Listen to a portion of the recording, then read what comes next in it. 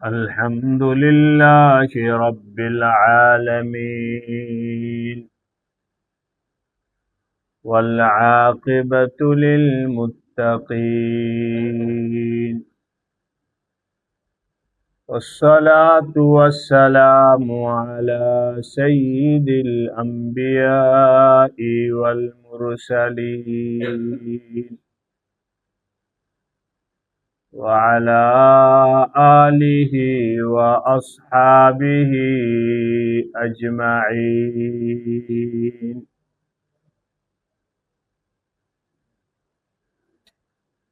أما بعد فأعوذ بالله من الشيطان الرجيم. بسم الله الرحمن الرحيم. الحج أشهر معلومات فمن فرض فيهن الحج فلا رفث ولا فسوق ولا جدال في الحج وما تفعلوا من خير يعلمه الله وتزودوا فإن خير الزاد التقوى واتقون يا أولي الألباب. آمنت بالله صدق الله مولانا العظيم.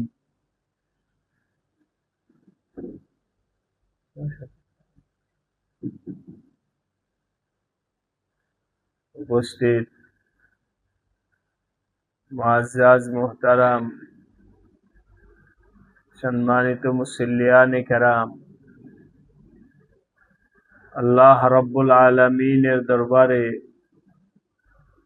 অসংখ্য শুকরিয়া যে আল্লাহ রাব্বুল আলামিন মেহেরবানি করে দয়া করে আমাদেরকে জুমার নামাজ আদায়ের জন্য মসজিদে আসার তৌফিক দান করেছেন। আলহামদুলিল্লাহ।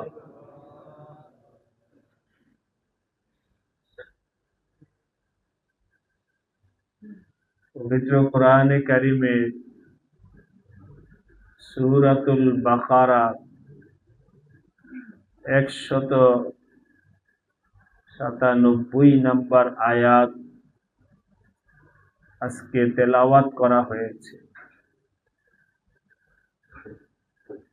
পবিত্র শাওয়াল মাস এর 28 তারিখ, এই মাস এটা হজের মাস। শাওয়াল সমাপ্তির পরে আসবে জিলকদ, জিলকদ মাস শেষ হলে আসবে জিলহজ।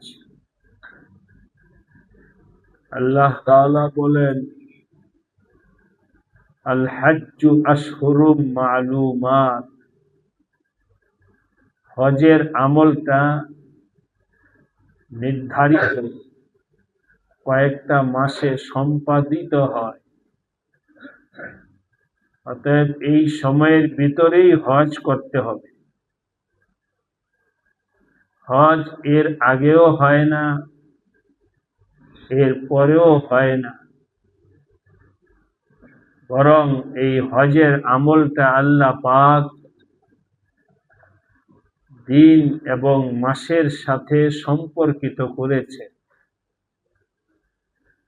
ইরশাদ হইছে, আল হজ্জু আশহুরুম মা'লুমাত, হজের সময় মাস নির্ধারিত। অপর আয়াতে আসছে আল্লাহ পাক বলেন,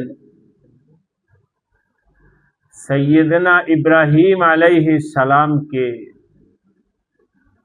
ওয়াজ্জিন ফিন্নাস, আপনি মানুষের মধ্যে হজের চর্চা করেন, হজের আলোচনা করেন, হজের ঘোষণা দেয়, হজ সম্পর্কে মানুষকে বলতে থাকে।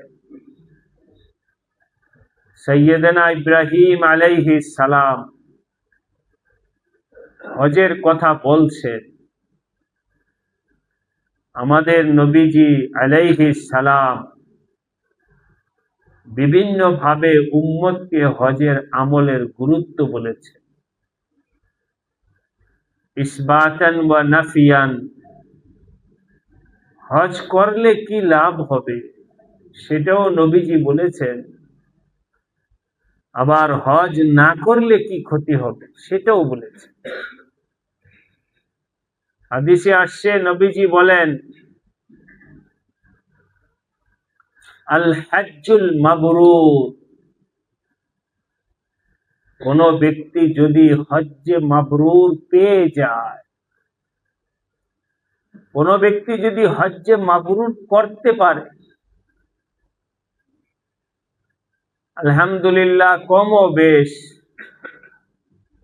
মানুষের মধ্যে আগের তুলনায় হজের চর্চা এবং হজে যাওয়ার আগ্রহ ইচ্ছা আগের তুলনায় বাড়ছে, আলহামদুলিল্লাহ ভালো দিক।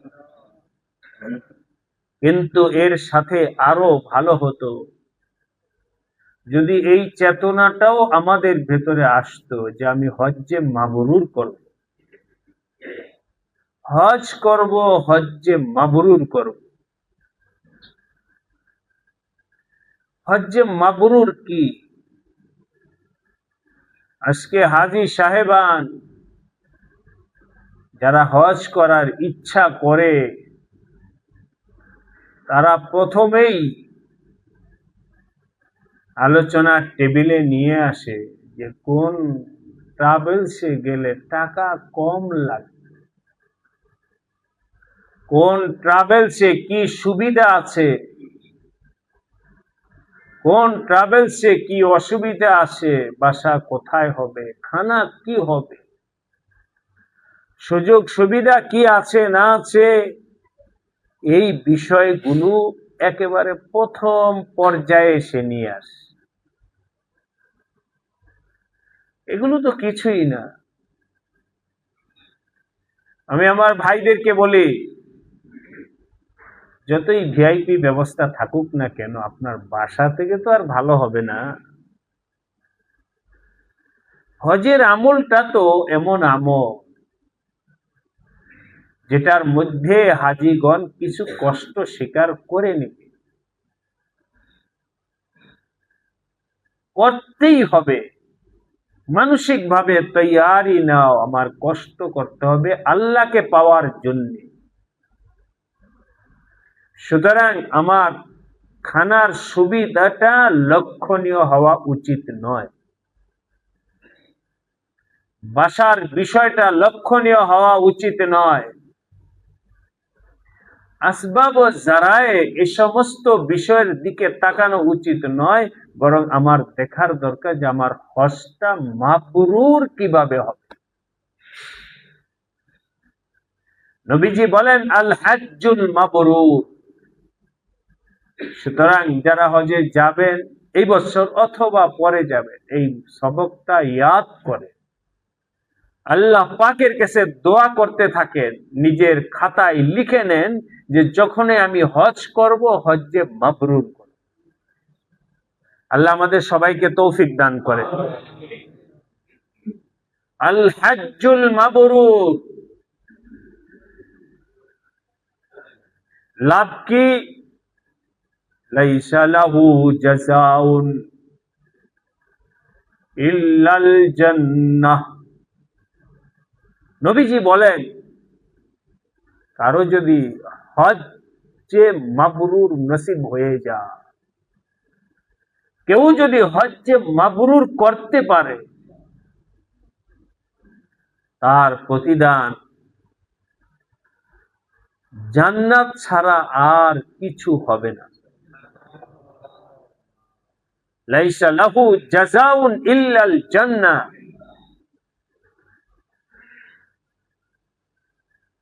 আল্লাহ, অন্য হাদিসে আসছে নবীজি বলেন, কোন ব্যক্তি যদি হজ্জে মাবরুর করতে পারে, মান হাজ্জা, যে কোনো ব্যক্তি হজ করে আর এই হজটা হজ্জে মাবরুর হয়, রাজা কায়াউমিন ওয়ালাদাতহু উম্মুহু, ওই ব্যক্তি যখন হজ করে বাড়িতে ফিরে তখন সে এত নিষ্পাপ হয়ে যায়, গুনাহ পাপ পঙ্কিলতা আল্লাহ পাক এমন ভাবে তার জিন্দেগি থেকে পরিষ্কার করে দেন যেন আজই সে মায়ের গর্ভ থেকে দুনিয়াতে আসে। রাজা কায়াউমিন ওয়ালাদাতহু উম্মুহু, পাক সাফ হয়ে আসলো, পরিষ্কার হয়ে আসলো, জীবনের সব শেষ। এই হলো হজ্জে মাবরুরের ব্যাপারে নবীজি উম্মতকে সতর্ক করেছেন।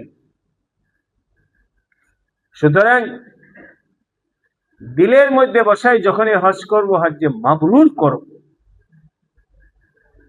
বাকি কথা হলো হজ্জে মাবরুর কি? হজ তো জানি, হজ হজ হজ হজ, তো মাবরুর কি এটা আমার জানতে হবে। এক কথায় দুই কথায় নয়, অনেক লম্বা সূচি আছে, ফিরিস্তে আছে।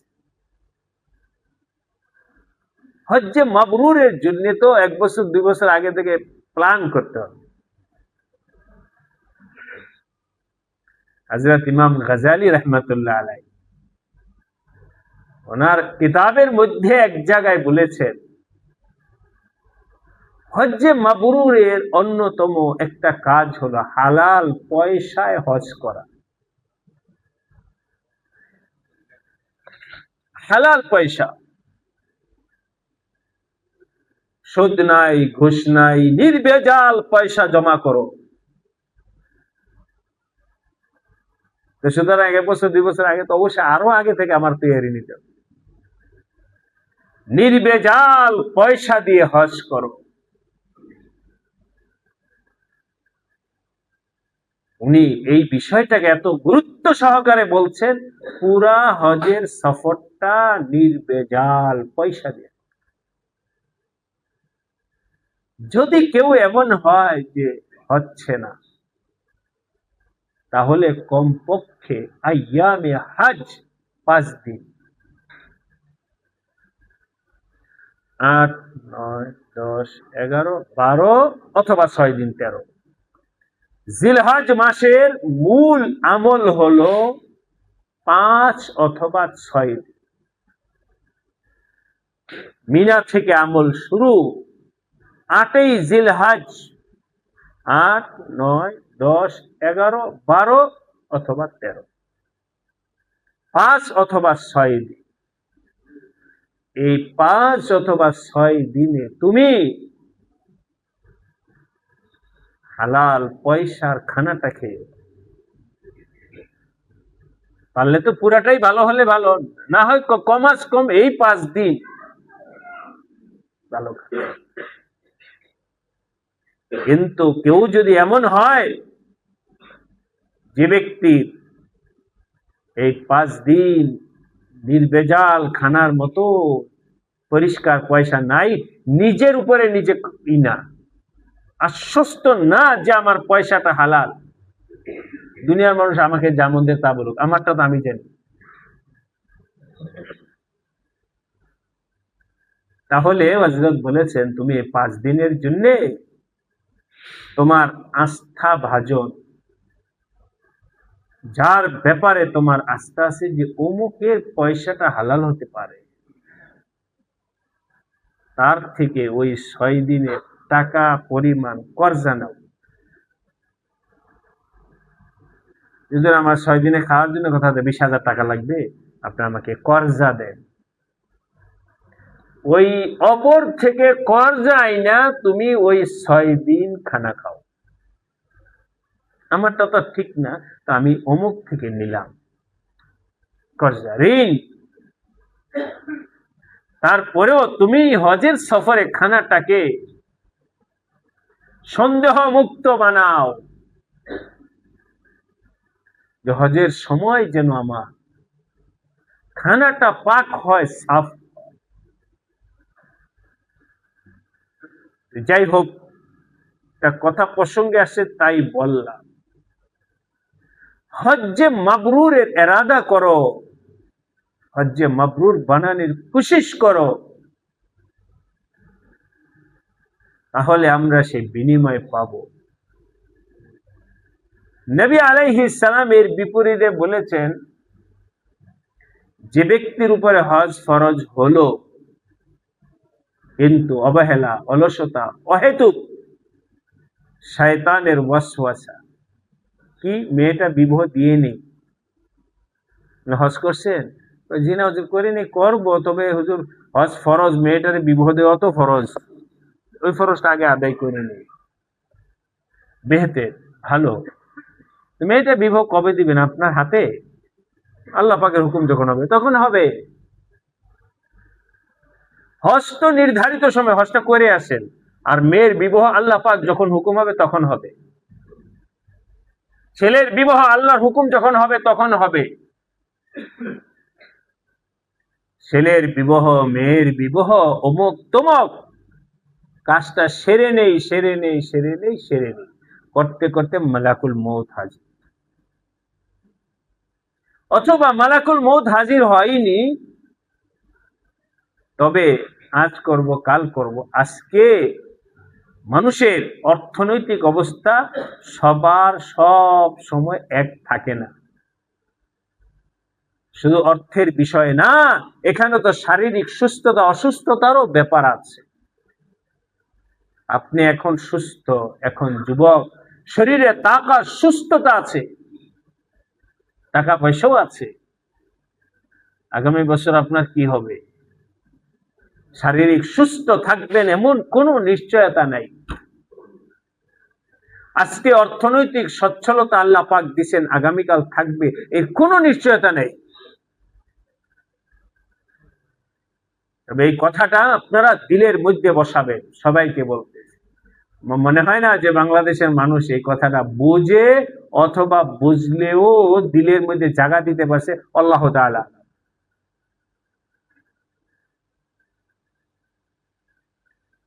কোন ব্যক্তির উপরে হজ ফরজ হয়েছে শরীয়তের দৃষ্টিতে,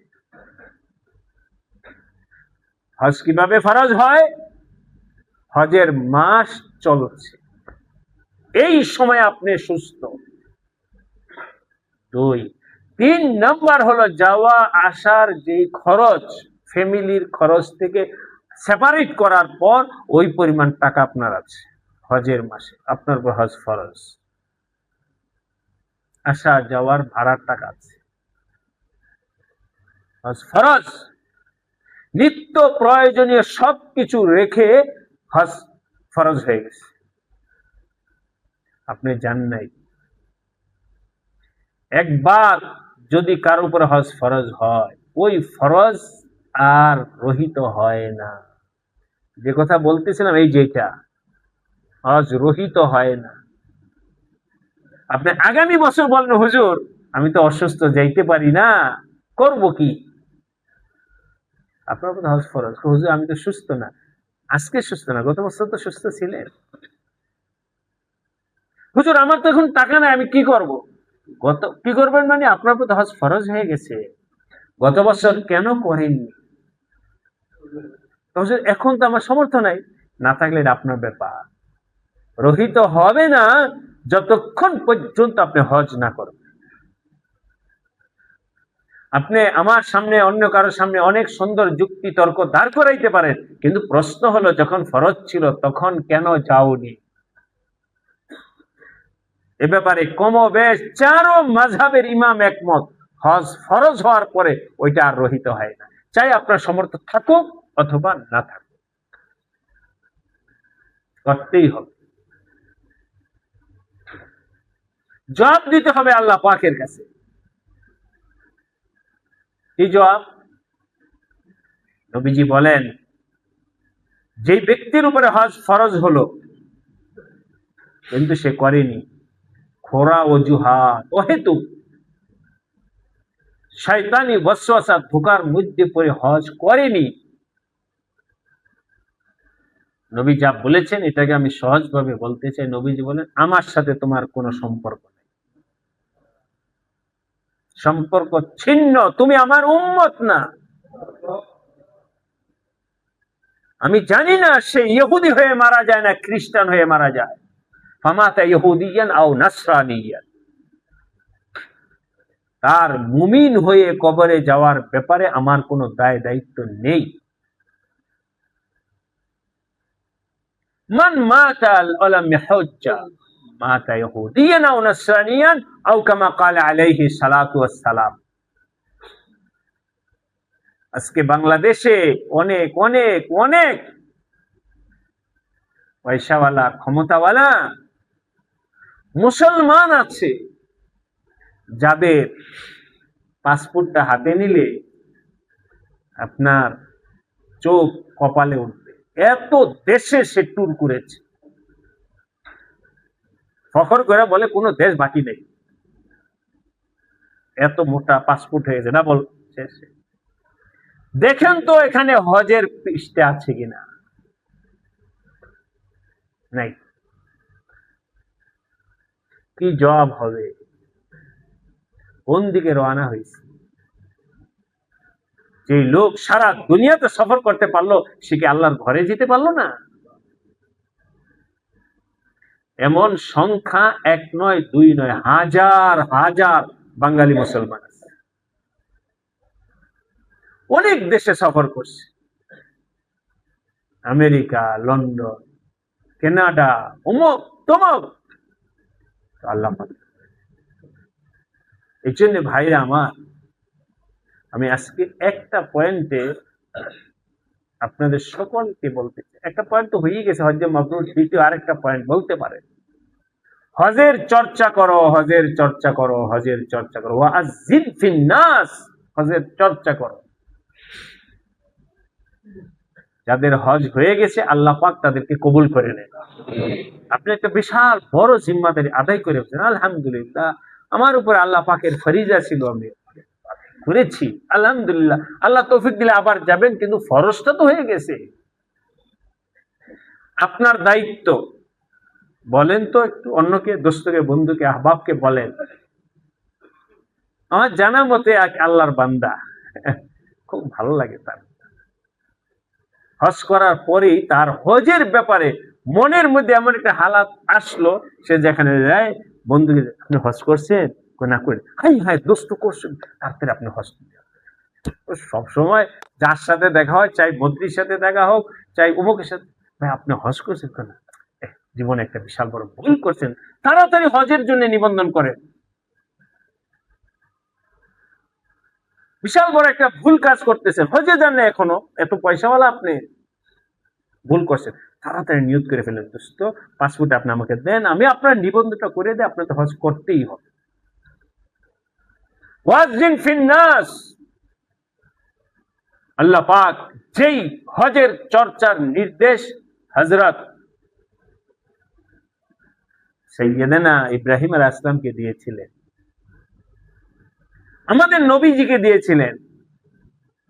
ইতিমধ্যে আমি একজন, যে কোনো হোক, নাম বলবো না, শিল্পপতিকে বললাম, আপনি হজ করি না। হাই, বলেন কি? তাড়াতাড়ি আগামী বছরের নিয়ত করে, আমি জানি আপনার টাকা পয়সা সবকিছুর ব্যাপারে টাকার কোনো সমস্যা নেই। বারবার বারবার বলতে, সেগুলো হুজুর কেউ তো আমাকে সিরিয়াসলি ভাবে এভাবে বলেনি, হজের ব্যাপারটা যে এত সিরিয়াস না আমি জানি না, আমাকে কেউ বলেছে। যদি আমি আরো আগে জানতাম তাহলে হয়তো আমার কষ্ট হয়ে যেত। আল্লাহ পাক আমাদের সবাইকে এই আমলটা করার তৌফিক দান করেন। নিজের দুস্থ আহবাব, বন্ধু বান্ধব সবাই কাছে হজের দাওয়াতটা পৌঁছায়। ফরজ, ইসলামের রোকন, বুনিয়াল ইসলামু আলা খামসিন, শাহাদাতু আল্লা ইলাহা ইল্লাল্লাহ ওয়া ইকামিস সালাত, 1 নম্বর কালিমে শাহাদাত, 2 নম্বর নামাজ, ওয়া ইতাউজ যাকাত, যাকাত দেওয়া, ওয়া তাসুমা রমজান, রমজান মাসের রোজা রাখা, ওয়া তাহুজ্জাল বাইত মান ইস্তাতা ইলাইহি সাবিলা, যাদের সামর্থ্য আছে তারা যেন আল্লাহ পাকের ঘরে হজ করার ব্যাপারে বিলম্ব না করে। মান ইস্তাতা ইলাইহি সাবিলা, যাদেরকে আল্লাহ পাক শারীরিক এবং আর্থিক সমর্থন দিছে তারা যেন হজ এর ব্যাপারে বিলম্ব না করে। এ ব্যাপারে অবশ্য ফুকাহায়ে কেরামের মধ্যে আলোচনা আছে। হজ ফরজ হওয়ার পরে ফাওরানি করতে হবে, হ্যাঁ ফাওরানি করতে হবে এখনই। আমাদের দেশে যদিও সংখ্যাটা কমতেছে, আমাদের দেশের মুসলমান হজের নিয়ত করে যখন তাকে আরেকজনে ধরে উঠাইতে হয়। আমার ভাইরা হজ কিন্তু এরকম আমল না যে আমাদের বাসা থেকে কোনো মতে ধরে এসে নামাজে দৈরেগা শরীফে চলে গেলাম। হজ শুধু ওইখানে বাইতুল্লাহ গিয়ে নামাজ পড়ার নাম হজ নয়। হজ এর জন্য শারীরিক শক্তির প্রয়োজন। অসুস্থ বার্ধক্য বয়সে আমাদের বাঙালি যে সমস্ত ভাইরা হজে যায়, মাসলাগত বলতে পারি আমরা যে হজের ফরজটা হয়ে গেছে, কিন্তু হজের হক অনেক মাসাইল, অনেক হালাত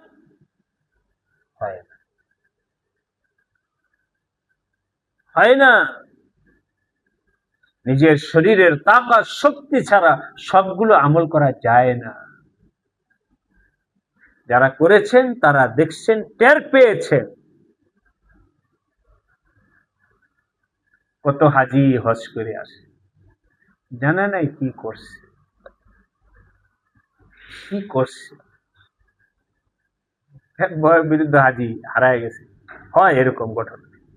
3 দিন যাবৎ কাফেলার সাথে তার সম্পর্ক নাই, সে জানেও না 3 দিনের মধ্যে কি কি আমল গেছে। আপনি সব আমল করছেন? হ্যাঁ আলহামদুলিল্লাহ সব করে আসছে। ও বেশি তো জানেই না যে আমলটা কি, বা আল্লাহর ঘরে গেছে আর আসছি, তো এটা তো হজ, এটাই তো হজ। মাঝখানে আরাফায় গিয়েছে কিনা, মাঝখানে মুজদালিফার আমল করেছিল কিনা, হজের সময় তোয়াফে জিয়ারা করছে, এগুলো তো বেচারা জানি না। মিনায় গেছে তো গেছে, ওখানেই হারায়া মিনাই 3 দিন 4 দিন ছিল, মক্কায় আর আসেনি।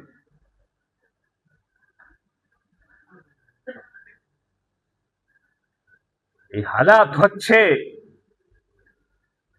আমাদের দেশে তো চেষ্টা থাকা সত্ত্বেও পরিপূর্ণ সুশৃঙ্খল দেশের মধ্যে এখনো পয়দা হয়নি। মালয়েশিয়ার হজের জন্য 1 বছর আগে থেকে নিবন্ধন করতে হবে, টাইম টু টাইম ক্লাসে যাইতে হবে। ওদের নির্ধারিত ক্লাস আছে, আগামী বছর যারা হজে যাবে এই বছরেই নাম করে লিখতে হবে, লেখার পরে ক্লাস আছে, সেই ক্লাসগুলো করতে হবে। এছাড়া হজের পারমিশন করতে পাই।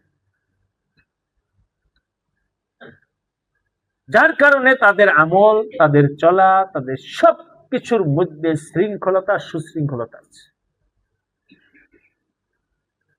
আমাদের মধ্যে তো সেটা নেই। হজ নবীজি বলেছেন, খুজু আন্নি মানাসিকাকুম, আমার থেকে হজ শিখো, হজ শিখা হজে যাও। খুজু আন্নি মানাসিকাকুম, আমার থেকে হজ শিখো। হজ শুধু করার, হজের আমলের মধ্যে এত জটিল হালাত আছে, জটিল অবস্থা আছে। আলহামদুলিল্লাহ, তাহদিসে নিয়ামতের জন্য বলছি, কিতাব পড়ছিও, পড়াইতেও আছি, হাদিস এবং ফিকহ। এরপরেও হজের সময় হাজিরা দৌড়ে এসে যে মাসলা জিজ্ঞাসা করে, এমন এমন হালাত সামনে আসে, বলার জন্য একটু চিন্তা করতে হয়। অনেক সময় বলতে পারবো না, এখন কি করা বলতে পারবো না। জটিল জটিল হালাত চলে আসে। যাই হোক, আল্লাহ পাক আমাদের সবাইকে আল্লাহর দ্বীন মোহাব্বতের সাথে শিখার তৌফিক দান করেন। এক হলো হজ্জে মাবরুর, দ্বিতীয় নম্বর হজের চর্চা, নিজের ব্যক্তিগত দোস্ত আহবাব আত্মীয় স্বজন সবার কানে হজের দাওয়াতটা পৌঁছায়। এর জন্য আল্লাহ পাক নবীদেরকে নির্দেশ দিয়েছেন, নবীগণ এই জিম্মাদারি পালন করেছেন, উম্মতকে হজের তালিম দিয়েছেন, হজের ঘোষণা দিয়েছেন, হজের জন্য উদ্বুদ্ধ করেছেন। আল্লাহ পাক আমাদের সবাইকে তৌফিক দান করেন, আমিন। এক মিনিট, আলহামদুলিল্লাহ, দুইটা কথাই সংক্ষেপে বলছি। মসজিদের আইপিএস